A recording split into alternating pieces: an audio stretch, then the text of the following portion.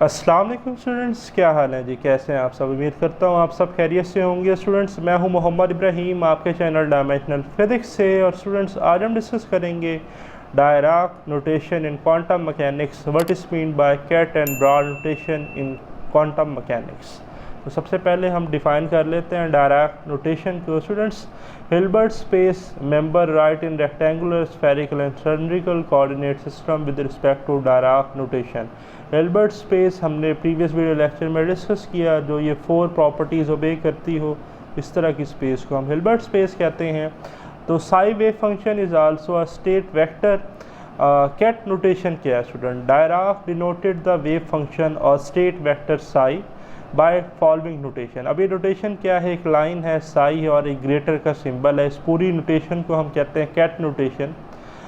जैसे कि हमने लिखा है integral psi d of x is equal to ket. अब कैट क्या है? एक लाइन है, फिर साई वेव फंक्शन है और एक ग्रेटर का सिंबल है। अगर हम इसी स्टेट फंक्शन का या वेव फंक्शन का कम्प्लेक्स कॉन्जुगेट लें, मीन कि अगर मैं यहाँ पर साई स्टेरिक लूँ तो वो ब्रा बन जाता है। तो देखें bra notation, in Hilbert space there exist a complex conjugate of each state vector और wave function. Dirac denoted the conjugate of psi by notation less than का सिंबल, फिर साई और फिर ये straight line is called bra notation. ठीक है जी। तो integral psi asterisk d of x complex conjugate of psi, इसे हम लिख सकते हैं ब्रा की फॉर्म में। इस नोटेशन को क्या कहते हैं? Bra notation. और इसे हम क्या कहते हैं? Ket notation. ठीक है। तो similarly the probability of particle can also be written as in term of cat and bra notation. For example, phi एक wave function है, तो integral phi steric into phi dz is equal to cat into bra या bra into cat। आप इसे कह सकते हैं, पहले bra लिखा गया है फिर cat लिखा गया क्योंकि पहले complex conjugate था। Also the condition of probability becomes normalization condition के लिए probability 1 होती है, तब हम ऐसे इन्हीं सिंबल से लिख लेंगे कि 1 होगा, या इसी को हम लिख देंगे 0, तो ऑर्थोगोनैलिटी की कंडीशन होगी। ठीक है। फिर है प्रॉपर्टीज़। अब आप देखें, every ket has unique bra and every bra has unique ket. It's mean कि जो हमारे पास साई वेव फंक्शन है, लेट से ये कैट है, तो इसका एक स्पेशल साई कॉम्प्लेक्स कॉन्जुगेट में ही ब्रा होगा। इसी तरह फाई का कैट होगा, फिर फाई का ही ब्रा होगा। इसी तरह थीटा का जो है ब्रा होगा, तो इसी थीटा का कैट होगा। ठीक है। ऐसा नहीं है साई की जगह फाई आ जाए, फाई की जगह साई आ जाए।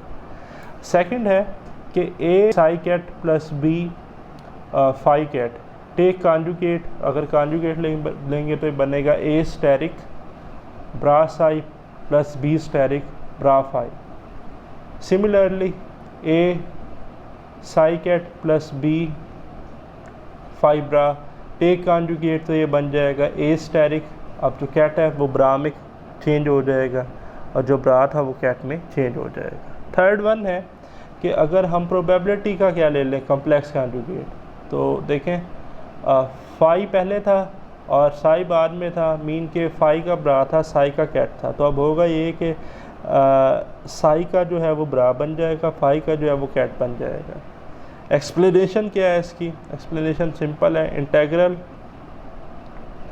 अब ये ब्रा लिखा हुआ था तो हम इसको कॉम्प्लेक्स कॉन्जुगेट है ना, तो हम लिखेंगे इंटेग्रल फाई स्टेरिक, और ये कैट है तो सिंपली साई आएगा। और होल का स्टार था तो हम इन दोनों के ऊपर स्टेरिक लगा देंगे। अब स्टेरिक 1 बाय 1 अप्लाई करेंगे, तो जब फाई पर स्टेरिक अप्लाई करेंगे तो डबल स्टेरिक जो है वो कैंसिल कर देते हैं एक दूसरे को। ठीक है। तो ये सिंपली फाई आ जाएगा, साई पे आ जाएगा स्टेरिक।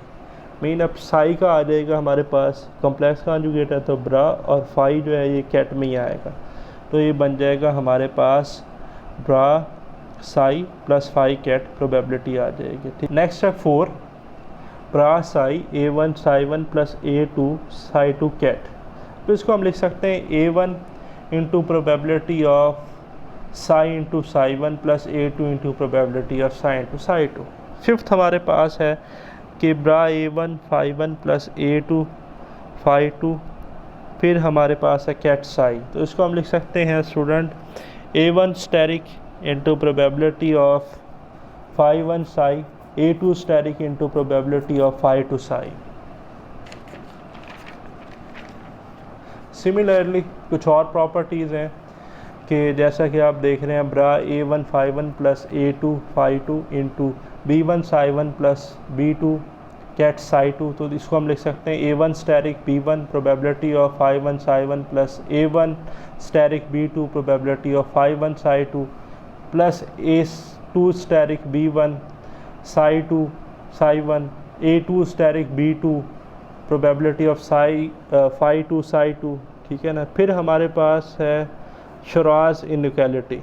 ये है हमारे पास, अगर हम प्रोबेबिलिटी के मॉड का स्केयर ले लें साई और फाई का, तो वो लेस देन इक्वल टू आता है हमारे पास साई वेव फंक्शन की प्रोबेबिलिटी और फाई वेव फंक्शन की प्रोबेबिलिटी के प्रोडक्ट के। फिर लास्ट है triangular inequality. Under root of psi plus phi into phi plus psi probability is less than equal to square root of phi probability plus square root of psi probability. तो ये था हमारा आज का video lecture. मुझे दे इजाज़त। अल्लाह हाफिज़।